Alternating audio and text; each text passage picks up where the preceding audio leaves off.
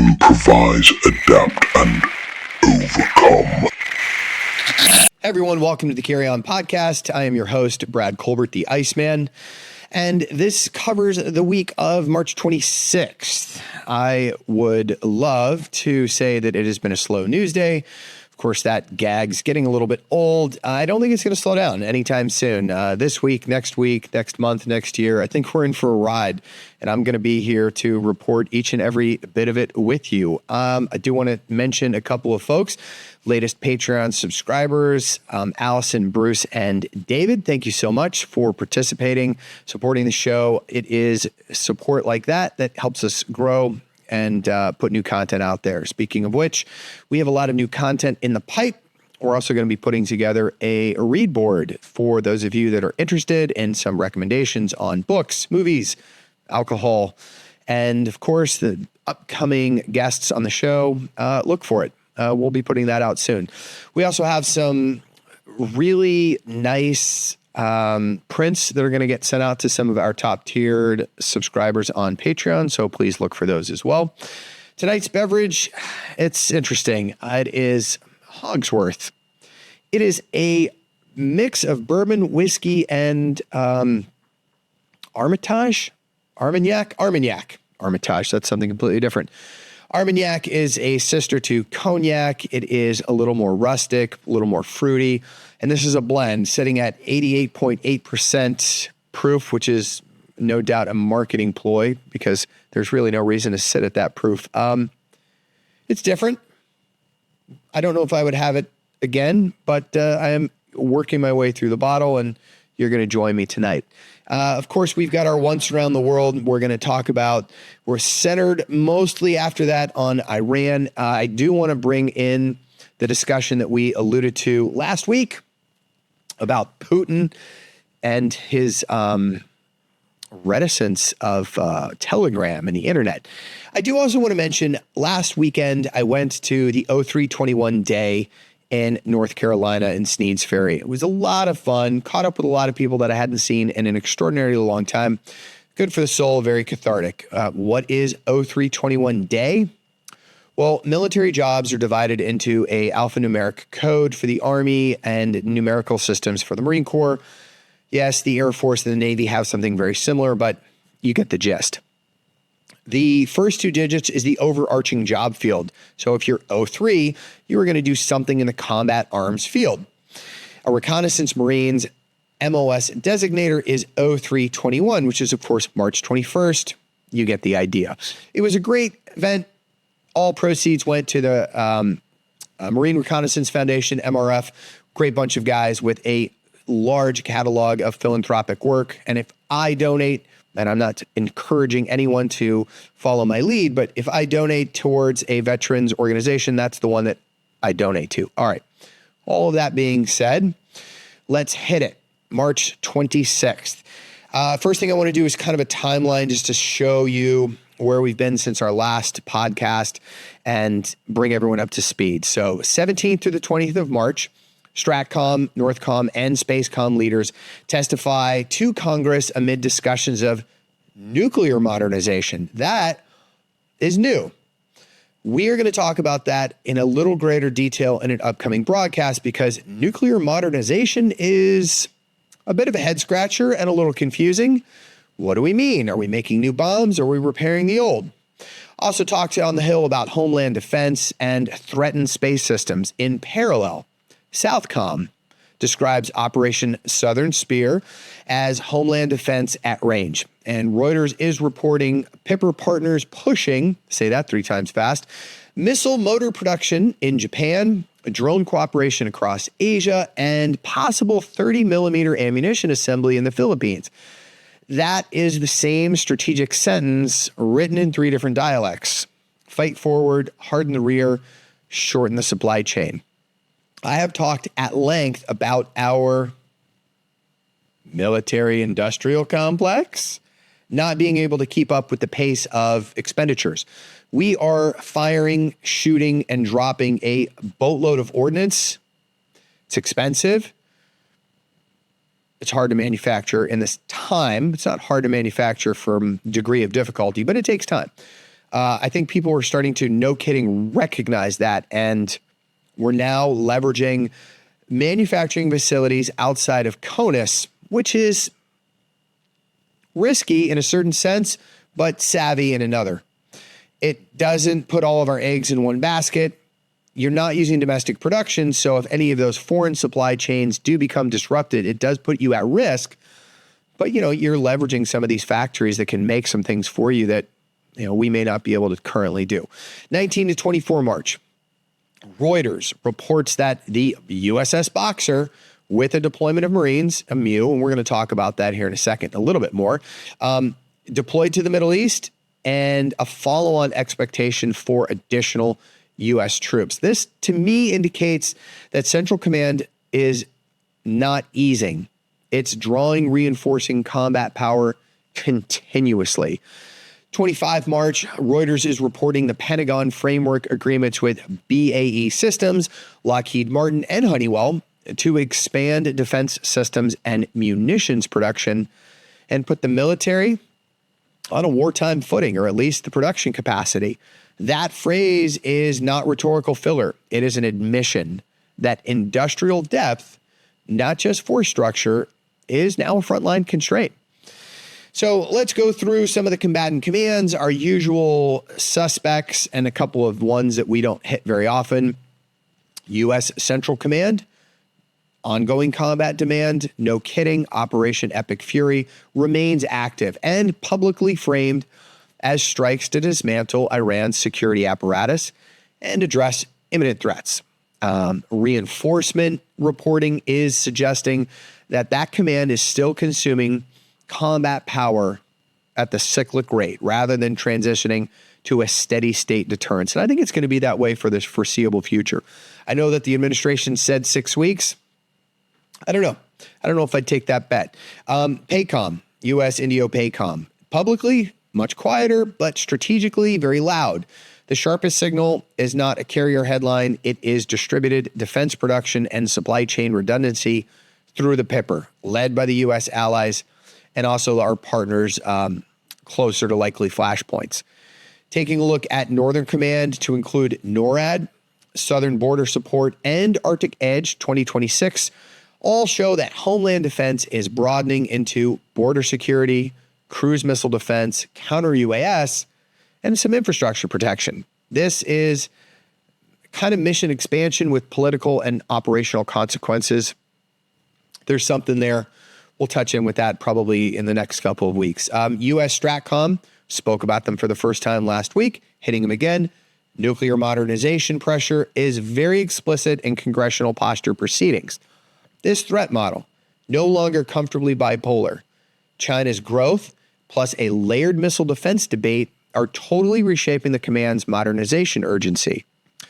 Moving over to SpaceCom, supporting current operations while deepening Indo-Pacific alignment. A lot of public emphasis on U.S. and India space cooperation. That's striking. That is the space layer of the same anti-China geometry seen in Indo-PACOM's industrial moves. Cyber Command, no real big change there. CNMFs, we talked about them last week. Their size and their mission framing make very clear that cyber operations are going to be persistent. National level force protection, adversary disruption, no longer, the niche technical support that it perhaps once was. Honestly, as early as 5 years ago, Cyber Command is absolutely front and center. U.S. STRATCOM, they talk about rapid HIMARS integration, turbo fusion, joint logistics works. I'm not too familiar with it, but it is their buzzword. If you translate it, that command is preparing for a lot of contested high-speed distribution, but not permissive throughput. Looking at Southern Command, Southcom's own posture statement and public release frame the hemisphere as a homeland defense battle space. We still have Joint Tactical Force Southern Spear conducting a lot of decisive operations against narco-terrorists and these shadow fleet activities that we've been seeing a lot of. AFRICOM, I was going to skip it, but it's the usual stuff. Counterterrorism pressure in Somalia, a lot of partner capacity, exercises like justified accord 2026. It's important and it's active, but it is operating way below the CENTCOM, PACOM tier. Okay, European Command. A lot of visible integration on cyber, alliance coordination, a lot of rear area resilience rather than a big dramatic op spike. And that's exactly what Europe needs to be doing right now with the persistent Russian pressure right on their doorstep. SOCOM, very interesting here on this one, to me anyways. And I'll tell you why. The most visible signal is Congress is scrutinizing their fiscal year 27 priorities and their challenges.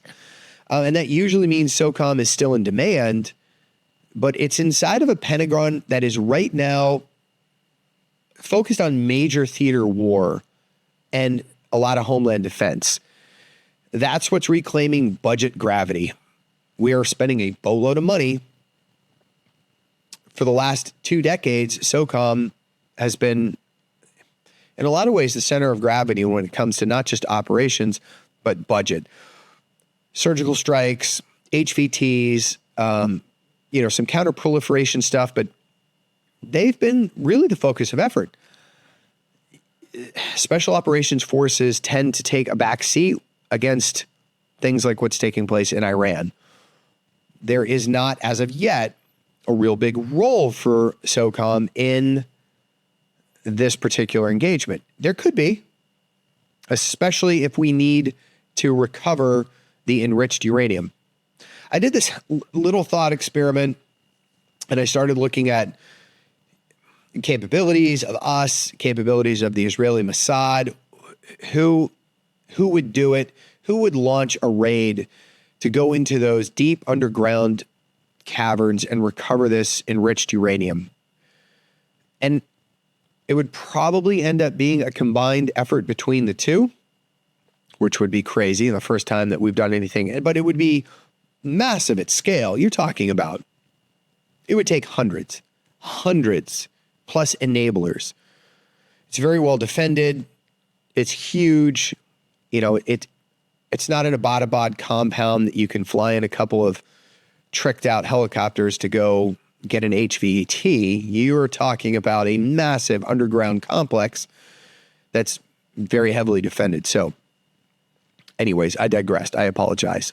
All of that has a very blunt reading if you look at it in its entirety. All of the component commands, the operational commands. And the reading is that the United States is really trying to do 5 things at once right now. We're currently fighting a live regional war while we are trying to deter China, expanding homeland defense, modernizing our nuclear and missile architecture, and rebuild industrial depth while spending it in real time. And that is not elegant strategy. That is a lot of strategic load bearing under compression. The danger is not that any one of these commands is going to fail theatrically.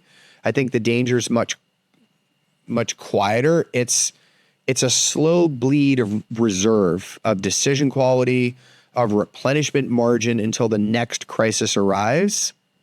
And the force discovers that, man, we've got activity everywhere, but true excess nowhere. So that's the once around the world insofar as the combatant commands are concerned. Again, just sort of bookend my monologue on SOCOM. It is a bit of an ebb and flow, and I just think that globally they are not the focus of effort in what currently is a global focus of effort, which is Iran. But there's a niche there. There is a role.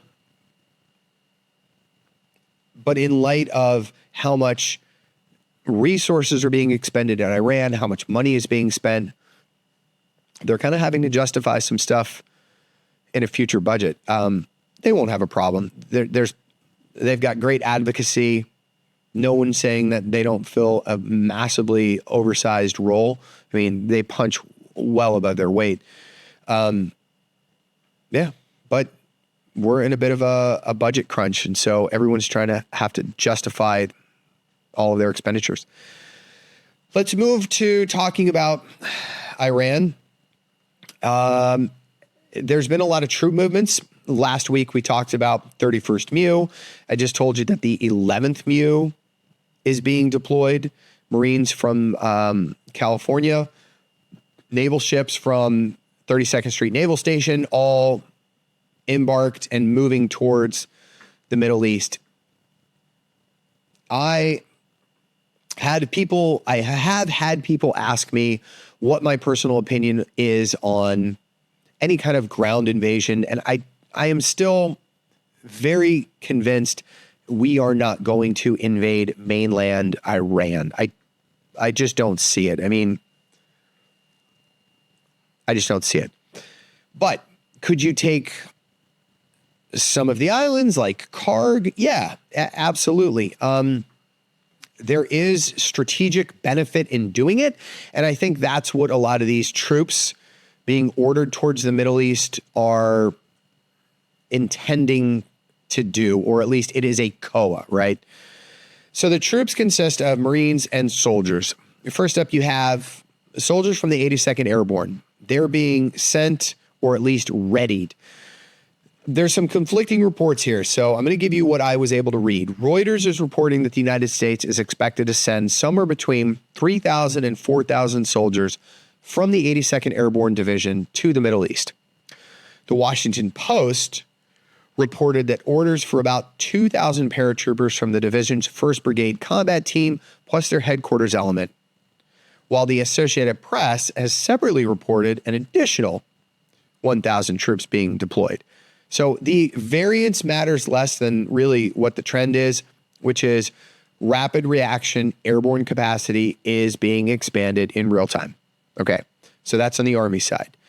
On the Marine side, you have Reuters reporting that the United States was or will or is sending 2,500 Marines as part of the 11th MEU. So that's the Boxer is already over there, if I'm not mistaken. Boxer is on its way. Tripoli is already over there. Both ships are nearing the Gulf. I mean, that's almost 5,000 Marines and their enablers. And when I say enablers, I'm talking about the beans, bullets, and Band-Aids, but also aviation, maritime.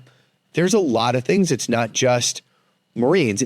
The actual trigger pullers, the infantry, 800, maybe a little bit more, depending on how they've, deployed. But the rest of the Marines that are typically there are artillery, LAV,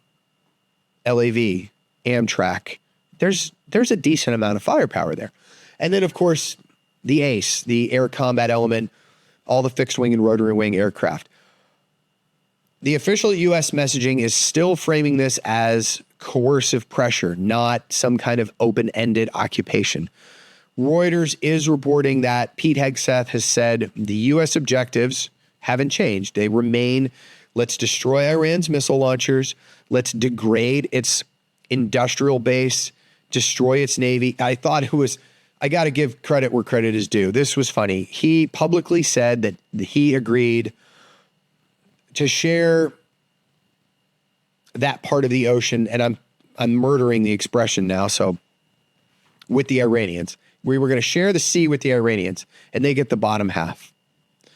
I just thought that was funny. I thought it was, yeah. Well, I thought it was funny.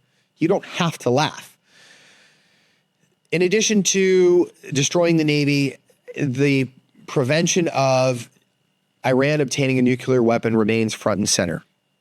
I'm not exactly sure how that is going to be achieved without.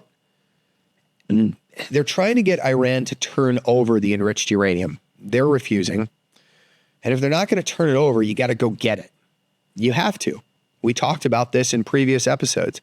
You can't bomb it with 100% certainty that you've destroyed it. You've got to lay eyes on it and beyond the shadow of a doubt say that we've destroyed it. I mean, barring that, enriched uranium is not suddenly going to, like a tooth, you put it under the pillow and the nuke fairy comes and a nuclear bomb is under your pillow when you wake up. There's a lot of other things that have to happen. So I don't want to get laser focused on the enriched uranium. It's not the end of the world if we don't, like literally, it's not the end of the world if we don't reclaim it, but it would be nice. There's other things that we can keep an eye on to make sure that they don't manifest that material into a usable weapon.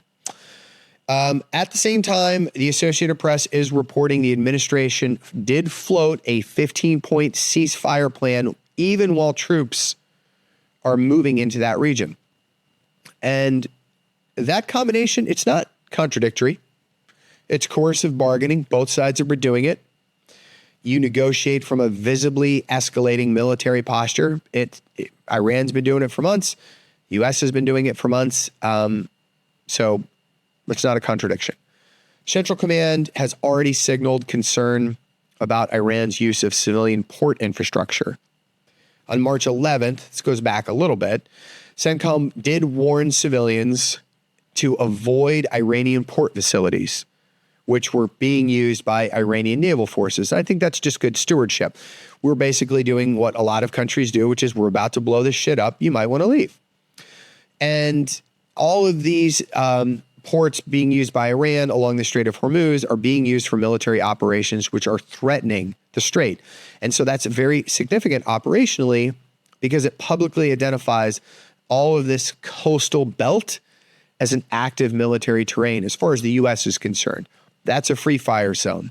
So they told the civilians to get lost. And I think any of those ports, any of those islands are susceptible to the Marines, most likely.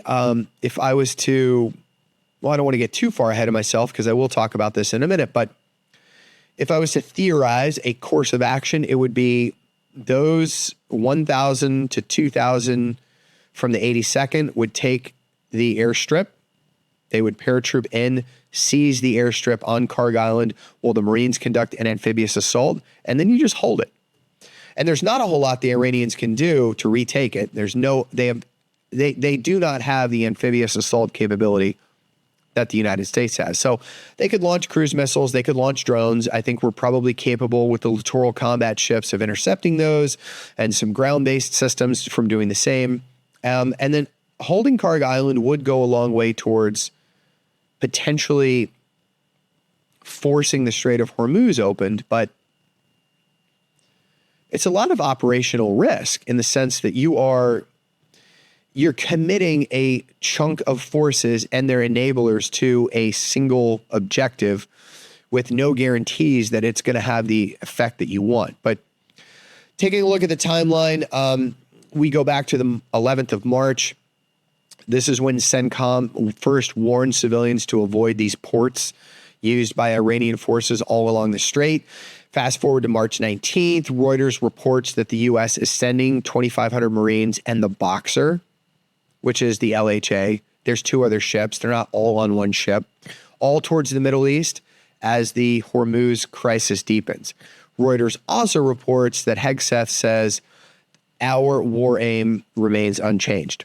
Next day, March 20th, Reuters is reporting the administration is considering plans to occupy or blockade Kharg Island, hopefully to pressure Iran to reopen the strait. March 24th, Reuters reports the Pentagon is expected to send 3,000 to 4,000 82nd Airborne soldiers. Washington Post reports about 2,000 paratroopers have been ordered.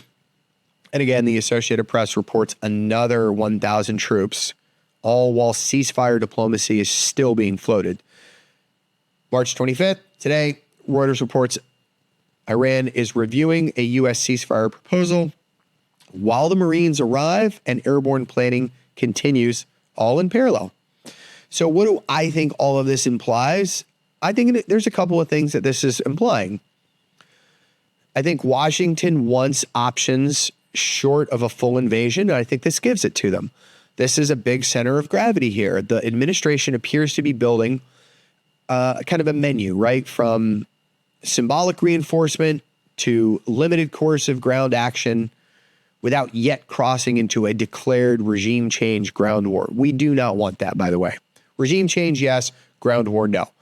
The force mix supports the entry, seizure, raid, hold briefly scenarios far better than a prolonged island occupation. Second thing, Hormuz remains the operational focal point. We've got to get that strait opened. The consistent thread across Reuters and official CENTCOM messaging, and the administration statements, is that the Strait of Hormuz, it's got to be opened. If ground forces are used, the most plausible logic is to restore or enforce maritime passage. So we've got to reduce these coastal military nodes or create leverage somehow against Iran's ability to threaten the shipping. So third, Kharg Island is the most obvious, publicly discussed, limited objective that I can find. Reuters agrees. They have reported that Kharg Island is under consideration for occupation or blockade. Kharg matters for a couple of different reasons, but mostly because it is absolutely central to Iran's oil export architecture. That makes it very coercive as a target for economic leverage. It's not just a tactical objective. So if the administration wants a dramatic but bounded escalation, then Kharg Island is the kind of objective that fits that perfectly. You've got the force inbound to do that right now. The real danger is not the first move, it's the second. A short duration seizure mission can look neat on a briefing slide and very fucking ugly in reality. Once the Marines or the paratroopers or both touch Iranian-controlled terrain, this escalation ladder changes instantly. Casualty recovery, reinforcement, extraction under fire, hostage contingencies, and retaliatory missile or proxy attacks can all turn a very limited move into a rolling campaign. And that is an inference from the force that I am seeing going over there and the situation on the ground. This is not officially stated U.S. position. This is still the most important strategic caveat here. Likely mission sets if boots are used. I'm keeping this at fully a strategic level. I'm not turning this into some kind of an assault blueprint. So strategically, most plausible, Kharg Island occupation or blockade. Hormuz littoral or port node seizure or raid. Both of those are legitimate. Temporary control of some kind of coastal node linked to mine warfare, missile support, or maritime disruption. Airfield or some kind of lodgement seizure to support a short duration coercive mission. You could also use these forces for embassy reinforcement, evacuation, protection of U.S. personnel and infrastructure in the region. I have spoken about that at length. That is tailor-made for a Marine Expeditionary Unit, all perfectly within what a MU can do and an 82nd Airborne can do as well. They just don't have the amphibious capability and as much of the helicopter lift. They parachute in with some of their supplies. They're going to have to rely on assets already on the ground or already in theater for help. So less plausible, do I think, more of a deep island maneuver toward major Iranian political centers.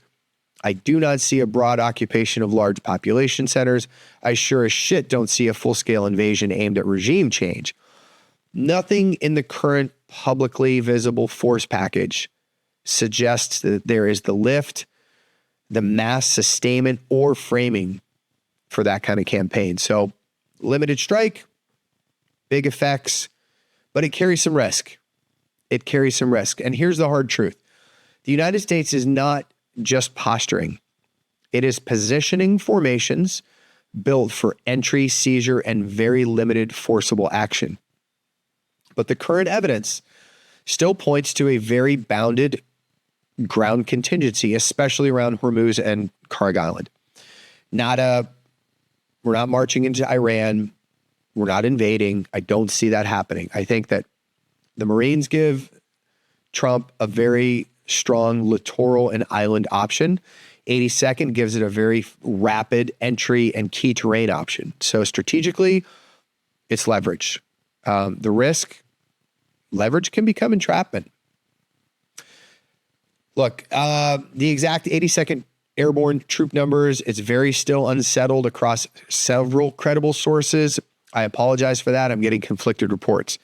Kharg and Hormuz ground options are reported contingencies. They're not executive orders. No one's telling them what to do yet. This is my extrapolation. Official statements leave a lot of room for diplomacy, which means that the force buildup is as much about coercive leverage as imminent ground action. So let's talk a little bit about the peace negotiations or Iran ceasefire talks that have been in several news stories that I have read over the past couple of days. It, in many ways, plays out, in my experience, similar to a lot of negotiations that have taken place with Iran. We do it through intermediaries, a lot of backroom phone calls, a lot of notes passed during class, and nobody's admitting anything, at least insofar as the Iranians are. America has been saying absolutely. And by America, it's the administration. Iran does not want to lose face. And they can, as I outlined a couple of weeks ago, win by losing. They could win by losing. All they have to do is survive. That's it. And they've won. In their eyes, anyways, and in many ways, others as well. A lot of the public claims about the U.S. and Iranian ceasefire talks are part of the negotiation battle space. So understand that. A lot of what is being reported proposes details that remain only partially confirmed. Both sides are trying to manage optics as aggressively as they are managing diplomacy. So let's look at the timeline here. Big picture. Let's go back to March 14th. Reuters reports Trump rejected early efforts to launch ceasefire talks. Iran indicated it would not accept a ceasefire unless strikes completely stopped across the board. Let's bring up to March 24th. Trump says the U.S. was making progress and speaking to the right people, his words, not mine, in Iran. Reuters has reported on a U.S. proposal circulating through intermediaries. As I said, that's typically their MO. Iran, however, is publicly dismissing this. They're denying it. It's false. Today, March 25th, the White House Press Secretary Leavitt has said talks were continuing and productive, but coupled that with a threat that Trump would hit Iran even harder if it failed to accept military defeat. They're not going to accept it. Reuters also reported that Tehran was still reviewing the U.S. proposal despite an initially negative reaction. Also reporting today by the Associated Press, Iran dismissed the U.S. 15-point proposal. I haven't read it, by the way. If you have, great. I just haven't read it.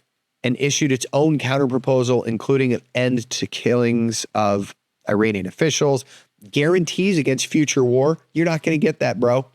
Reparations, you're not going to get that. An end to hostilities and Iranian sovereignty over Hormuz.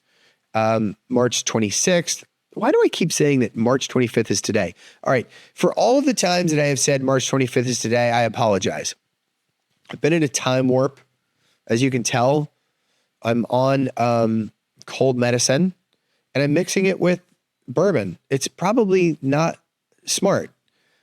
Today is the 26th of March, in which Reuters reported Trump again said Tehran leaders want a deal so badly, while Iran has maintained that no talks at all were planned, even as it reviewed the proposal through intermediaries. So whom is talking to whom, and what are they saying? I'm going to read you what I have found in the public domain, and we'll talk a little bit about what, if you read between the lines, may actually be happening. On the United States side, President Donald Trump publicly saying Iran wants a deal and that the U.S. is in contact with the right people. I don't know who the right people are. I have some thoughts, but I don't know. Caroline Leavitt, White House press secretary, has said talks are productive, but explicitly pairs that with threats of heavier strikes. And that has been the party line for quite a while now. On the Iran side, you have their foreign minister, Abbas Iraqi. He has completely denied direct talks, says that any message passing via intermediaries is not negotiation, and keeps Tehran's political distance from U.S. claims. They got to save face. I get it. Iranian state, all of their state-run media, their official channels, signal willingness to counteroffer, but only on terms centered on guarantees like reparations, sovereignty, anyways. And then there's the intermediary. Reuters and the Associated Press reporting that third country mediation is remaining active. Proposals are going back and forth indirectly rather than through acknowledged face-to-face talks. I don't know exactly who the intermediaries are, but probably Qatar, could be others. They have a few people that they can choose from. The real problem is this, though, is that Washington appears to be packaging a war termination framework as a defeat document, while Tehran is trying to convert battlefield punishment into a negotiated survival formula. And those are not the same thing. What does all this imply to me is that there is contact, but there's no trust. Anyone claiming there are zero talks is way oversimplifying. There are clearly indirect exchanges, but calling this a functioning peace process is also completely false. Really, this is messaging traffic under coercion. It's not stable negotiation. The U.S. is negotiating from purely a position of intimidation, not mutual de-escalation. So it's going to increase our leverage, but it also massively raises the domestic cost to Tehran of visibly engaging. All of this humiliation language on our side, it can force the other side to keep fighting just to avoid looking broken. Nobody wants to lose face when they're going in a fight. Iran is not closing a door. It is trying to avoid surrender optics. Their denial of these talks, it's pure political theater, purely aimed at domestic legitimacy and regional credibility. Reviewing this proposal while denying at the same time negotiation, this is classic Iran. It's classic regime preservation behavior. I think that the reporting gap remains huge. If the U.S. proposal really includes nuclear rollback, as well as missile limits, strait opening, and changes to Iran's regional behavior, then Trump's not just seeking a ceasefire. It's seeking a complete post-war restructuring. And Iran countering by asking for security guarantees and reparations, they're not adjacent positions. A lot of this is being driven by energy pressure as much as battlefield logic. We all are tracking what this is doing to the energy sector and how much existential pressure this is placing on the administration. Reuters specifically notes that any ceasefire optimism moved markets, but then faded as doubts returned. The Associated Press has tied the diplomacy directly to Hormuz oil disruption. The deeper truth is very simple, is that money and maritime risk are accelerating a lot of these pressures to strike a deal a lot faster than moral appeals are. So what to watch? Any shift from indirect to direct U.S.-Iranian contact would be one. Whether the United States, specifically the White House, rhetoric softens from defeat language to reciprocal de-escalation language. Whether Iran drops reparations and sovereignty in exchange for a pause in strikes, which they might. Also look for Hormuz shipping risks decline in any measurable way, any. And then let's not forget Israel. Whether Israel aligns with, complicates, or undercuts any emerging U.S. framework, they get a vote, whether we like it or not. Next 30 days, what do I think is most likely is I think we're going to continue with this indirect bargaining. I think Iran's going to continue to publicly deny it. We're going to continue to put military pressure as the main negotiation instrument, and no formal ceasefire reached in the immediate term. Second most likely, we might pause, a little bit of deconfliction, but it's going to probably be framed from both sides as something other than a concession. I do not think there's going to be a clean formal ceasefire on any publicly stated terms. We're light years apart from the Iranians, and they are from us. The rhetoric, it's way too punitive. So I guess kind of to close this one out, the U.S. administration is saying that talks are happening, Iran is cornered, and the terms are there to be accepted. Iran is saying there are no talks, there's only messages, and any end to the war requires guarantees and dignity. So, folks, that's not peace by any stretch. That is armed bargaining with both sides still trying to win the story before they settle the war. Okay. Let's look at something that is not Iran, but next door to it. That is Iraq. For those of us that are not paying attention to this story, and it kind of quietly slipped by my radar, actually. Somebody else brought this to my attention. March 19th, General Dan Kane, he publicly stated that the U.S. was striking Iran-aligned militia groups in Iraq using rotary wing, Apaches, Army helicopters, to suppress the threats to U.S. forces. Suppress means kill. In case you're not up on the parlance, that is the baseline. These attacks are not being described by Washington as accidental spillover events. They are very deliberate strikes inside Iraq tied to the wider regional war with Iran. On March 23rd, airstrikes in western Iraq hit Popular Mobilization Forces, the PMF, killed 15 fighters, wounded 30, all according to Reuters. One of the dead was Saad al-Baji. He is their Anbar operations commander. Iraq's military publicly attributed those strikes to the United States and Israel. Reuters also reports that Iraq's National Security Council authorized the PMF to retaliate. Fuckers. It's gratitude for you.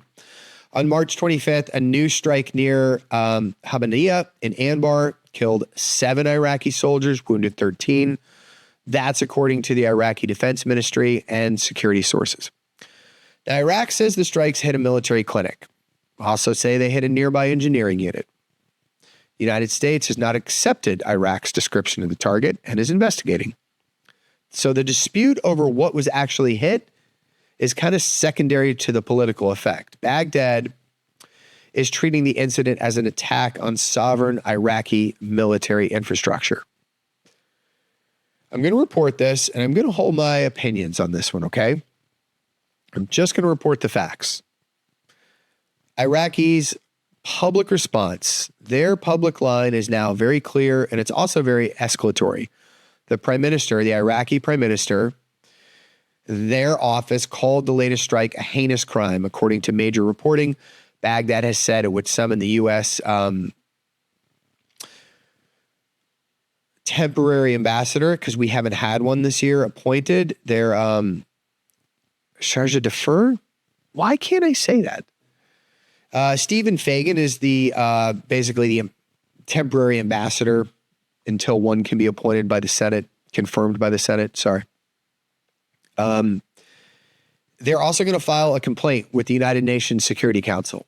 Iraq's defense ministry has described the strike as a grave breach of international law, specifically invoking protections for medical facilities and personnel.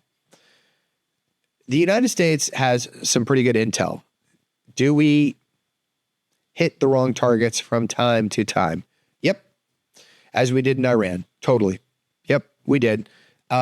Do I think that an Apache pilot flying close enough to read license plates and clothing labels made a mistake? Not likely. Nope. I can see a Tomahawk. I can see, something with a tremendous amount of standoff distance, perhaps hitting the wrong target because the target coordinates were not what we thought they were. Right coordinates, just not a target. but not with Apaches. I just don't see it. God dang it. I said I would not share my opinion with you. All right. The Iraqi government has also said that Iraq reserves the right to respond within the legal framework. Yeah, go for it. At the public level, they held a funeral for the commander, as well as the other personnel that were killed. And all of this has gotten huge media coverage in Iraq. So it's massively leveraged as a political mobilization mechanism. It's intensifying pressure on Baghdad to stop absorbing these strikes passively. Reuters is reporting that the Iraqi state is trying very carefully to balance outrage with legal protest and internal militia pressure without yet severing ties with U.S. security relationships. So let's look at the timeline on this one. 19 March, Dan Kane says the U.S. forces are striking Iran with militia groups inside the border, using rotary wing assets to suppress these threats. 23rd of March, we did this strike in the western Iraq, killed at least 15 PMF fighters, including the aforementioned commander. Iraq is attributing these attacks to the U.S. and Israel, and then Reuters reports that the National Security Council is authorizing the PMF to retaliate. I don't know how they're going to retaliate, but go with your bad self. 25 March, strike near Habanieh in Anbar, kills 7 more Iraqi soldiers, wounds 13, as I said. This is where Iraq is claiming that a military clinic was hit, summons the U.S. diplomat, moves towards the United Nations complaint. The U.S. is investigating, completely disputes the implication that it intentionally struck a medical facility. Here's my assessment of all of this. The idea that the U.S. military presence in Iraq can remain a limited advisory mission, all while Washington is openly striking militia targets inside Iraq, no longer credible. The mission over there has slid into coercive regional war management on Iraqi territory. Baghdad is now in a trap of its complete own architecture. The Iraqi state includes, tolerates, funds, and partially integrates armed factions that the U.S. sees as hostile. That means every U.S. strike on those networks risks being experienced inside Iraq, not as a counter militia action, but as an attack on Iraqi sovereignty or Iraqi state organs. The Habanieh incident sharpens that contradiction to a knife's edge. Soudani's problem is brutal. If he underreacts, he looks like a custodian of humiliation. If he overreacts, he's going to risk blowing apart the U.S.-Iraq security relationship while Iraq still relies on external support against ISIS remnants and a much larger, broader security gap. This guy is really trying to walk a bridge while both ends are burning. This immediate operational risk is not necessarily conventional Iraqi state response. It's the militia. It's militia retaliation under the cover of national outrage. Embassy threats, rocket and drone attacks on the U.S. positions or logistics centers or some softer Western targets. That's the most plausible near-term pathway, the targets for escalation.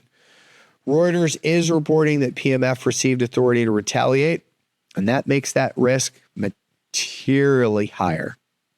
I would say within the next 7 to 14 days, I would expect intensified diplomatic condemnation, but I would also expect a higher militia threat posture, as well as continued pressure on Baghdad to basically define whether U.S. forces are partners or liabilities.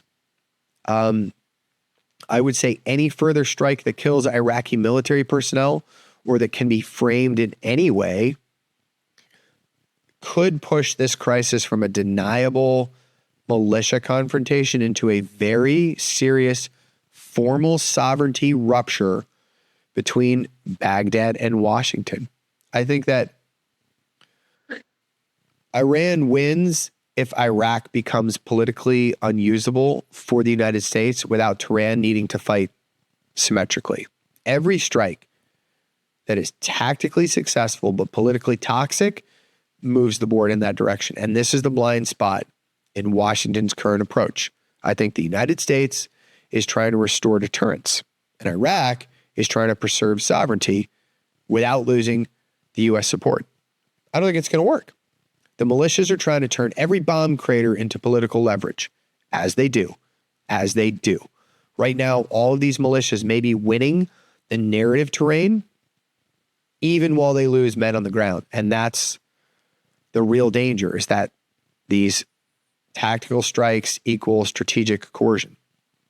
So just something to keep in mind. All of this legal and tactical character regarding the March 25th target remains disputed on both sides. The U.S. says it's still investigating. Iraq says that they have, unequivocal proof that we intentionally struck. Yeah, that's just the fact that you even loop Israel into the whole discussion is whatever. Reuters reports a lot of this. It may not yet be fully documented in the public primary source release. So just take that with a grain of salt for right now. I'm going to keep my eye on this, but honestly, now that I've given you the facts as I know them to be on the ground, or at least reported by credible sources, I'll give you my little opinion at the end. The Iraqi government can just eat a bag of Richards on this one. I mean, they really can. You have a nest of vipers in your country, and you don't give a shit when the United States is whacking people that threaten your sovereignty. But the minute we take somebody out on your ground that happens to hate us and is openly plotting against us, you get pissy about it. And yes, I appreciate the fact that I am oversimplifying the problem, but as I said, that is my opinion. Iraq should really just be quiet right now. We have a lot of things going on. We'll circle back to this one. Wow. Let's move over to talk a little bit about Russia and their relationship with Iran, specifically the Bushehr nuclear power plant that was struck in some of our target packages. And if you didn't know, they've got folks on the ground, several hundred. Well, they have several hundred less now because they've been pulling some folks out. But until they did, they had several hundred people there, and Russia's not real happy. Looking at the timeline, we go back to March 17th. A projectile, and I don't remember which one it was, a projectile struck the Bushehr nuclear plant area. The IAEA said a structure about 350 meters from the reactor was hit and destroyed, while the reactor itself remains totally undamaged. Radiation levels are staying normal. Rosatom then called for a protected safety island around the site. March 23rd, Kremlin spokesman Peskov said the U.S. and Israeli strikes near Bushehr were extremely dangerous, and they, quote, could have irreparable consequences or irreparable consequences. Russia had directly communicated its concern to Washington. March 24th, IAEA event feed reported that Iran said another projectile struck the premises of the Bushehr power plant sometime around 21:08 local time. Iran reports no damage, no injuries, normal operating conditions across the board. March 25th, Rosatom evacuated 163 additional staff, leaving roughly 300 still there, all Russian citizens. Reuters reports that construction work on additional units had been suspended since the U.S.-Israel war with Iran began the previous month. So that's sort of the timeline of events of the strikes. We go a little bit farther back if we talk about when the whole engagement started, February 28th. Just to recap, March 17th, projectile blows up the small little building. Russia condemns it. March 19th, Chief Alexei Linchev calls for a safety island around Bushehr, warns of a regional catastrophe if the site is struck. He's probably right.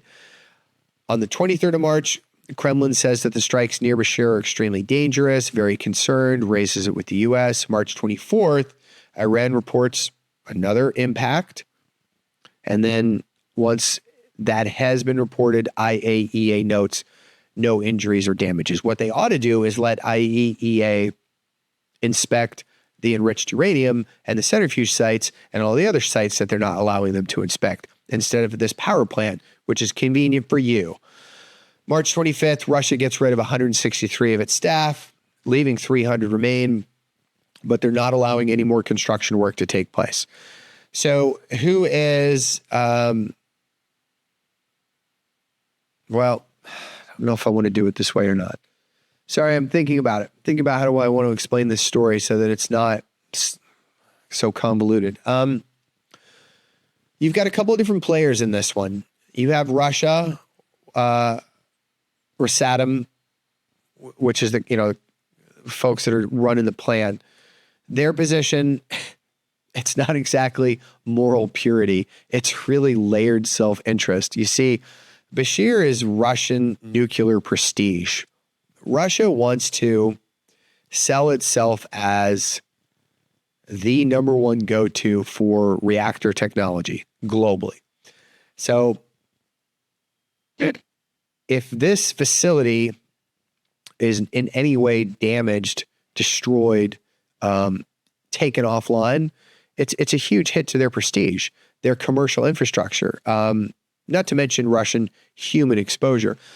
So Moscow wants to prevent a strike that kills Russian specialists or creates a containment event that, drags Russia into this broader crisis under very humiliating conditions. It also wants to weaponize the incident diplomatically against Washington and Israel. And this is, this is why Russia is a son of a bitch, because they will leverage anything against us.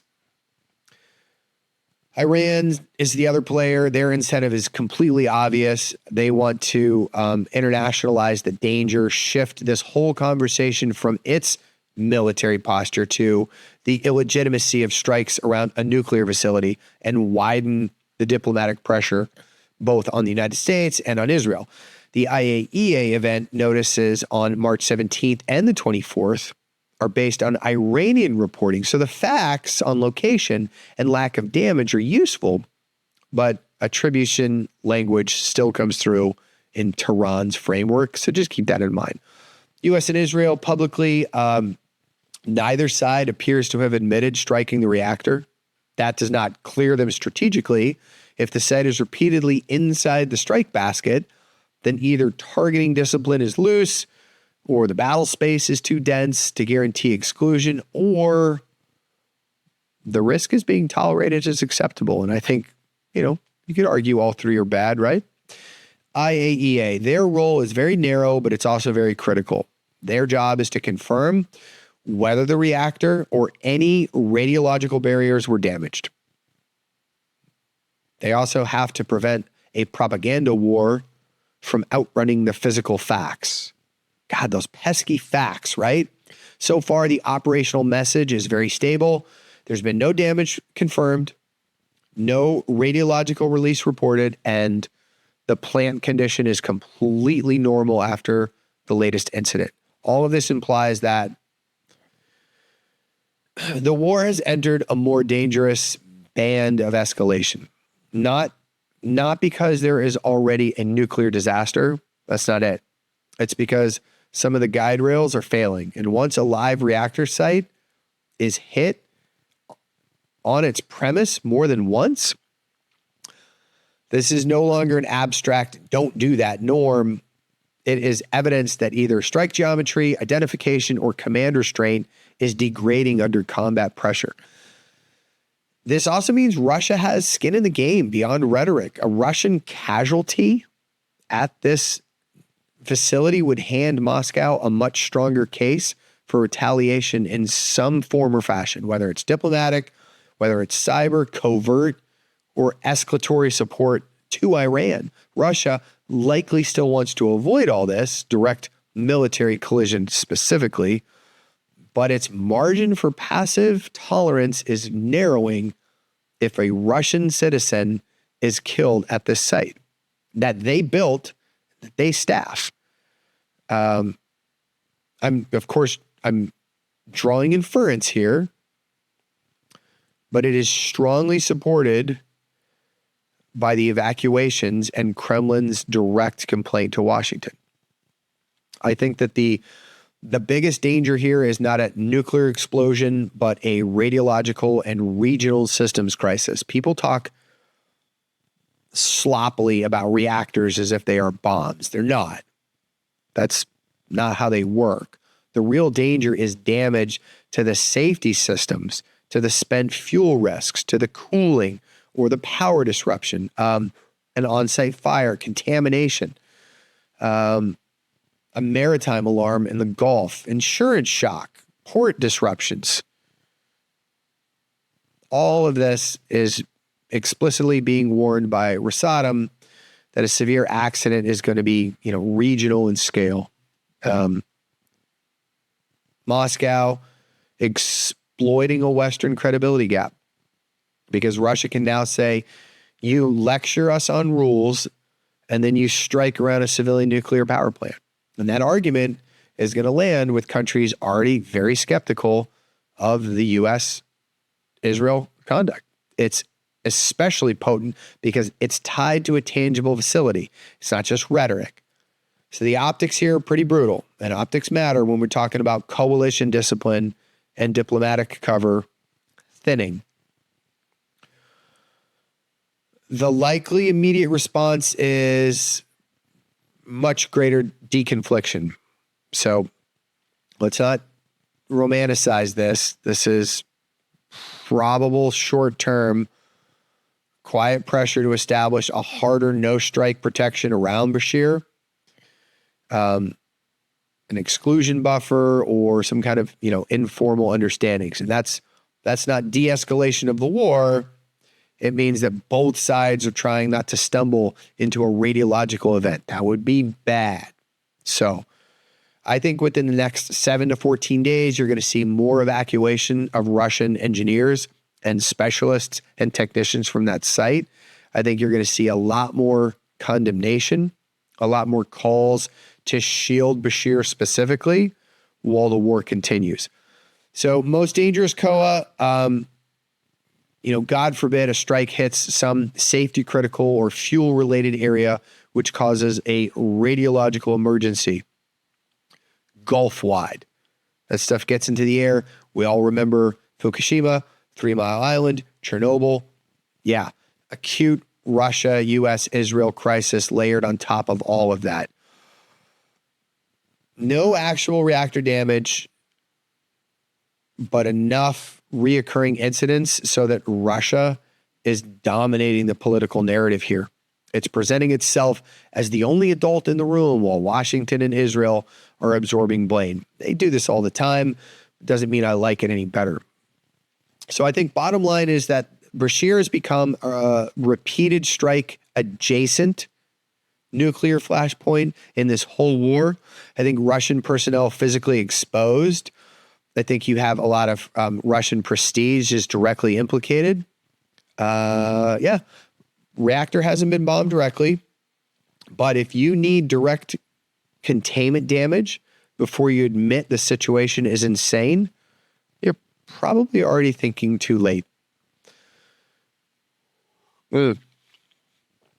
Just a couple of things that a lot of the details from IAEA event are based on Iranian regulatory reporting through Reuters, independently confirming at least the March 17th near hit and Russia's response. So I could not verify any public U.S. or Israeli admission that the operating reactor itself was targeted. The strongest defensible phrasing that I could find is repeated strikes at or near the Bushehr plant premise, not confirmed repeated direct bombing of the reactor core or any containment structures. So anyways, so that happened. And I also think that it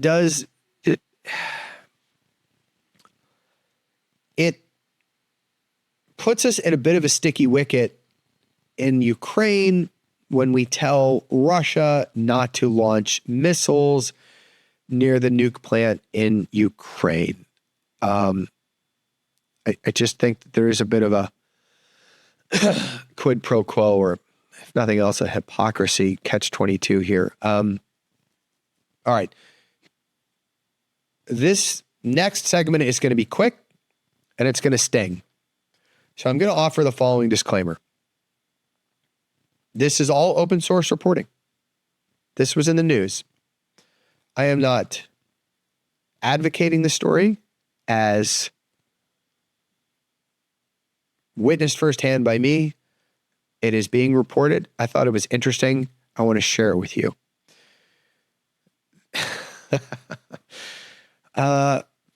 So just keep an open mind and have a healthy sense of skepticism. If you don't want to believe where the facts are leading, you don't have to. This is a story that has been in the news about a post oil futures spike that took place before Trump's Iran announcement. So there was a very unusual oil futures selling that happened just before Trump went on and made a public statement. No idea who the trader was. There's a lot of implications for market integrity, for OPSEC, a lot of implications for strategic signaling. So somebody moved on oil before Trump's Iran media post hit, not after. Before.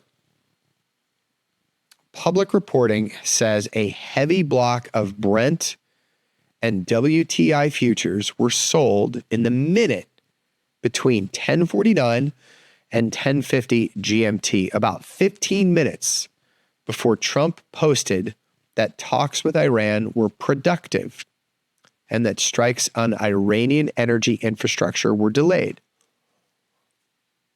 Then the post lands, oil drops hard. So let's just stop the stupidity right there. This does not prove insider trading, and I'm not saying insider trading. And it does not tell us who did it. And it does not mean the case is solved. What it does mean is the timing looks bad enough to smell from across the room. And that's the story. There are only a few real possibilities. One, a professional desk read the board right. Like a hedge fund, commodity shop, macro trader, somebody with enough experience to see the policy weather shift before the headline printed. And that happens sometimes. And good on you, brother. Sharp money gets there early. Number two, somebody got advance information. Now, if that happened, now you've got a leak. Not gossip, not politics, a leak. And that means somebody close enough to the signal path turned national security into a commodities trade. And here's the part that matters most. Even if nobody broke the law, this is still a bad look for the people running the message. Because either the information leaked or the administration's behavior is so readable, so erratic, so loosely controlled that serious money can front run the rhythm of the policy itself. Neither one says strength. Neither one says discipline, but both say vulnerability.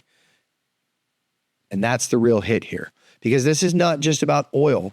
When Iranian headlines move crude, they also move bonds, volatility, inflation expectations, shipping risk, global confidence. So if presidential messaging can be anticipated, leaked, or gamed, then the market isn't just reacting to strategy. It's trading the seams in the command structure. And that is not a shied so. That's a tell.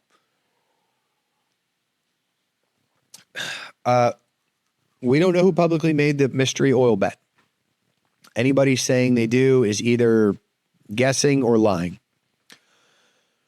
But we do know this. The trade happened. The timing was abnormal.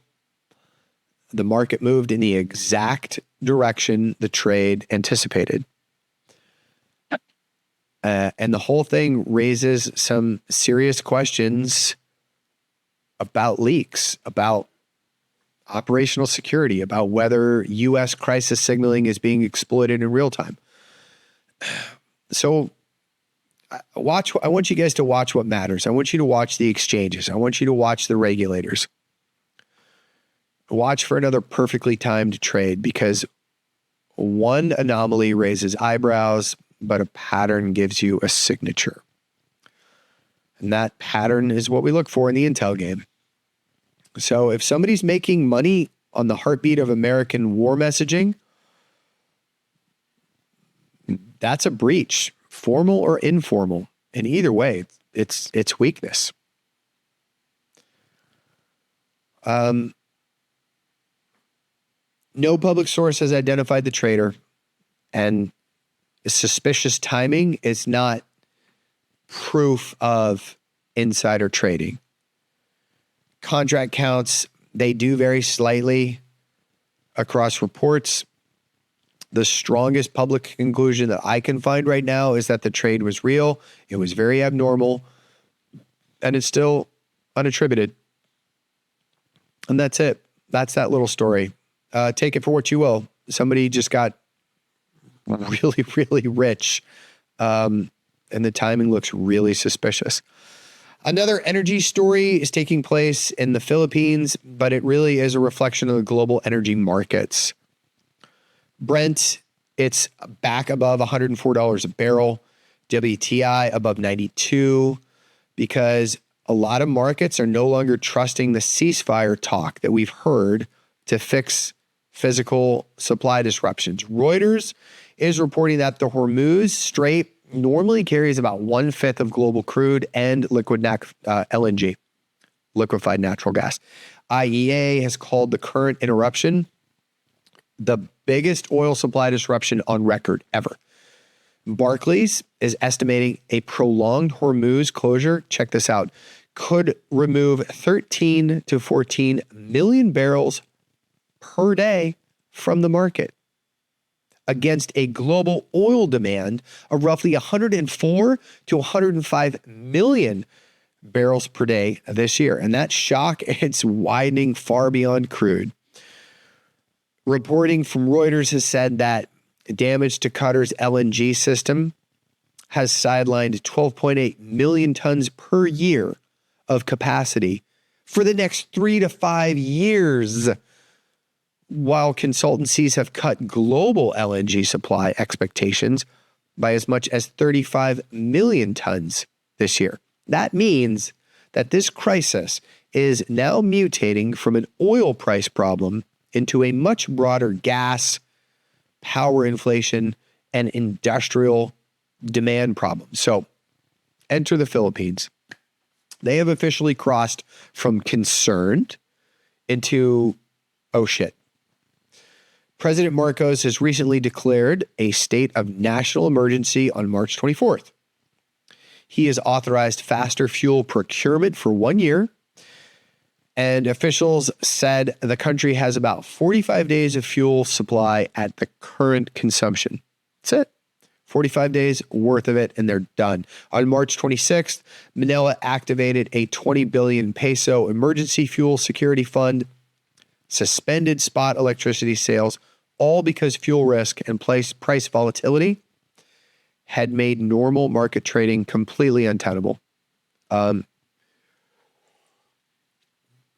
If you look at the timeline, go back to March 11th, IEA member countries agreed to make 400 million barrels from the emergency reserves available to the market. Remember that? We spoke of it. That's the largest release in history. March 19th, Reuters reports that Iran attacks had wiped out 70% of Qatar's LNG export capacity for the next 5 years. March 24th, oil drops on ceasefire hopes, but Reuters reports that the Hormuz disruptions are still affecting 1/5 of the global supply. That same day, President Marcos declared a Philippine state of national emergency. The 25th of March, Reuters calculations are showing that at least 40% of Russia's oil export capacity, which is around 2 million barrels per day, had been completely halted. Iran, their main southern oil field production, was reported down 80%. They're normally at 4.3 million before the war. They're at 800,000 barrels per day now. Asia began reviving COVID-era fuel conservation measures. That's how bad things are getting.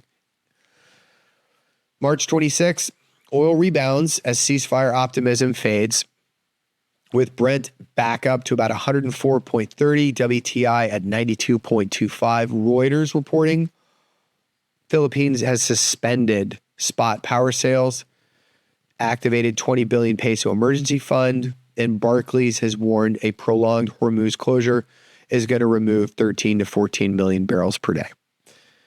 So that's your timeline. Who is participating in this whole thing, or who has a stake in the game or influence? Iran, obviously, right? De facto leverage over Hormuz, central not only just a crude flow, but LNG shipping. Reuters reports that Iran is reviewing a U.S. proposal. We talked about that, publicly rejecting it, which means that military risk is still dominating a lot of these oil prices. The United States and the IEA bloc all trying to dampen the shock with this coordinated release of 400 million barrels. U.S. has committed the largest share, and Reuters is reporting SPR exchanges of something like 45 million barrels in the first batch, holding total about 415 million barrels. Both Russia and Ukraine. Ukrainian strikes have turned Russian export infrastructure into a second supply shock, layered on top of the Strait of Hormuz. So there's two factors here. There's about to be a third. I'm telling you, I think it's a matter of days until the Red Sea is impacted by the Houthis. And then this is going to become even worse. Reuters estimates roughly 2 million barrels per day of Russian export capacity is completely offline. In a pre-Iran scenario, I wouldn't give a flying fuck about Russian oil, but we've spoken last week how the price of oil is based off of international supply. I don't want money going into the hands of the Russian government to fund a war in Ukraine. But if they can't get their oil out on the open market, it does raise prices for us too. I am willing to absorb some discomfort. I'm probably willing to absorb quite a bit of discomfort for a much longer time than most, but there has to be an end in sight somewhere. A physical flow of, I don't want to do it that way. I would say a physical flow casualty of Hormuz blockage is all of this. All of this southern production has reportedly fallen from about 4.3 million barrels pre-war to 800. We talked about that. Storage containers are full. Exports are choked because no ships can get out. Qatar, for example, largest casualty, LNG, global gas market supplier.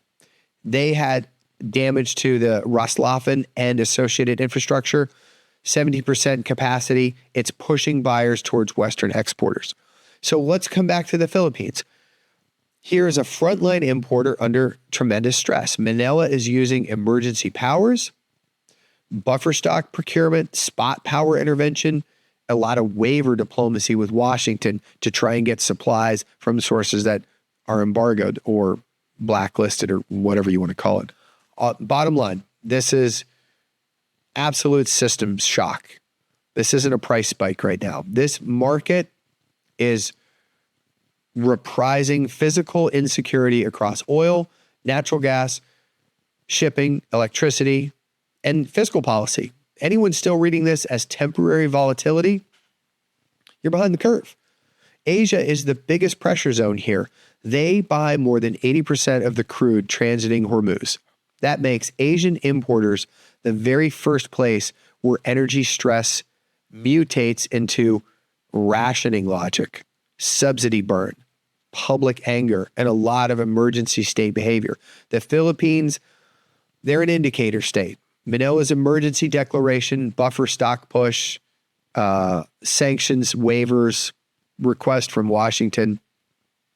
This is what happens when a country with heavy Middle East dependence gets squeezed. Even de-escalation at this point is not going to restore normal immediately. The EIA, we spoke about them. They are still forecasting Brent above $95 for the next 2 months before easing. I saw a story today in California, Los Angeles, gas was $8.17 a gallon. Are you out of your mind? So if it stays at, just under $100 a barrel for the next 2 months, we're going to go into the summer season, and summer gas prices are traditionally higher. So the forecast is explicitly contingent on conflict duration. Got it. But in plain English, the models that we've talked about just now are all hostage to the battlefield. I think the world is entering a period where emergency stocks and state intervention and forced demand destruction matter a lot more than free market balancing do. I think these smaller importers like the Philippines, they're going to crack first. The Philippines is showing you the future before the larger states admit they're in the exact same storm. Pay attention to this one. This is a bellwether. Now, this picture is highly sensitive to battlefield developments, a lot of shipping access, a genuine reopening of the Hormuz Strait would ease immediate price pressures. But you still have damage to LNG infrastructure. You still have damage to Russian export nodes. Emergency policy regimes would still leave a long aftershock. And some reserve release figures are announced commitments rather than already delivered barrels. It's not great. It's bleak. I mean, we love a good war just as much as the next country, but yeah, there's a lot of second and third order effects to this. And that's kind of the approach that I'm taking the past couple of weeks is, where do we see those effects? What is the ripples? What is the unintended consequences? Sorry, what are the unintended consequences? And this is definitely one of them. I want to end on my favorite high note. I want to talk about Russia and Putin. And I said I would talk about this last week. We're going to do this relatively quickly. I don't want to keep anyone up too late, and I may have to refill my glass for this one. Yeah, definitely. So I spoke about last week how the Kremlin was throttling back the internet in Russia. They were getting rid of Telegram, and they were going to a state-sponsored media service that provides the same kind of thing. I alluded to some of the effects, but I didn't really talk a lot about the causes.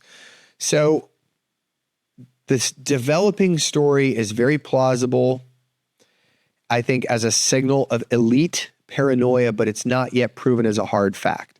Is Putin avoiding the Kremlin for security reasons? He might be. What is verified?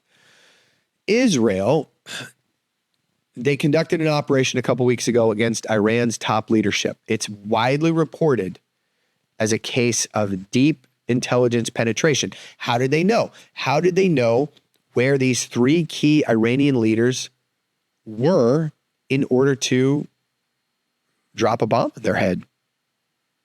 Well, the Financial Times and follow-on reporting is saying that Israeli intelligence used hacked Tehran traffic cameras, mobile network penetration, and other ISR to track Ayatollah Khomeini and senior Iranian figures before the strikes. I think that's fucking brilliant. I love it. Separately, Russia has imposed unusually broad mobile internet restrictions in Moscow, as well as other cities, and the Kremlin has explicitly said those outages are for security reasons. What security reasons would that be, Mr. Vladimir? Yeah. Reuters reports that Moscow's shutdowns are far larger than previous wartime disruptions in the capital. The Associated Press and FT reporting both say they are materially disrupting daily life and commerce in the capital. That specific claim that Putin is now avoiding the Kremlin because he fears the same kind of camera-enabled tracking used against Iranian leaders, that's coming mostly from media, RFE, RL adjacent analysis, Agentstov agents, a little bit of Ukrainian amplification, and tabloids. It's not coming from Reuters. It's not coming from the Associated Press or any official Russian admission. So the sourcing on this one is less reliable than I would like. But it's a fun story. And I think it's potentially true. The facts don't bear it out, so I'm a little leery of it. The strongest version of this claim, though, is saying that Putin's last clearly logged in-person Kremlin event was all the way back on March 9th. Subsequent appearances were video conferences or potentially pre-recorded. Think about that.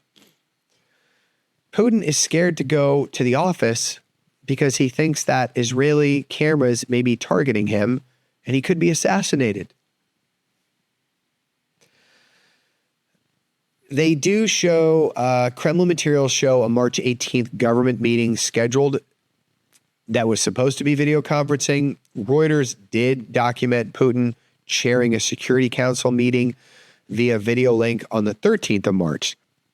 So the disciplined conclusion is this: there is evidence of a Russian security clampdown and of a real trigger for paranoia, but there's no conclusive proof that Putin has physically abandoned the Kremlin because of surveillance camera fears. What is happening underneath this is less about one building and more about, I think, regime survivability under a lot of modern ISR pressure. Iran's leadership decapitation appears to have shown that a state's own internal surveillance architecture can be turned into a kill chain. Looking at you, China.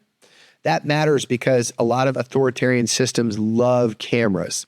They love metadata. They love controlled networks, centralized security ecosystems. A lot of those same systems also create attack surfaces. So if Tehran's camera grid helped expose senior Iranian movement patterns, well, Moscow's security services have every reason to assume their own stack could be vulnerable too. That makes the Russian response rational, at least in regime terms. Your response is to, you reduce mobile network, you cut civilian convenience on the digital front, Telegram and others. You move towards a whitelisted state-approved connectivity, which they're doing. You rely more on controlled locations, video links, decoy routes, and pre-recorded appearances. Check that box. You compress the president's physical signature and movement profile. All check. Now, this does not automatically mean that Putin is panicking. It means that, the Kremlin just might be behaving like a leadership bunker state that has just watched another bunker state get penetrated. So to me, all this implies that the war in Iran has become a tutorial in authoritarian vulnerability. I think the lesson that Moscow is likely drawing is pretty fucking brutal. Surveillance states are not inherently secure. They're often very legible. Because once an adversary like Israel penetrates your network, then the regime's obsession with visibility, that's your weakness. Yeah, I think I would expect more mobile blackouts, a lot more controls on apps and telecoms, a lot more remote presidential appearances from Putin, more ambiguity about his actual location, and stronger FSO compartmentalization, possibly. I love this story, though. I want it to be true so much. Claims that Vladimir is hiding it. They serve a lot of agendas all at once. It has a lot of Ukrainian psychological operations. It feeds opposition media.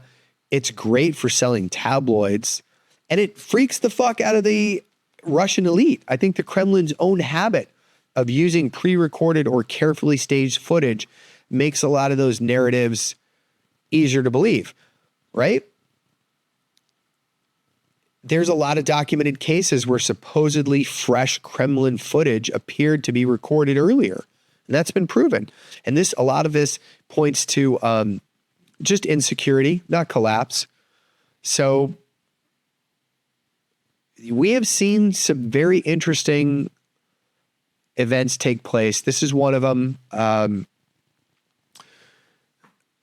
The pro-Putin lawyer and attack dog that basically turned on Putin, a couple weeks ago is another.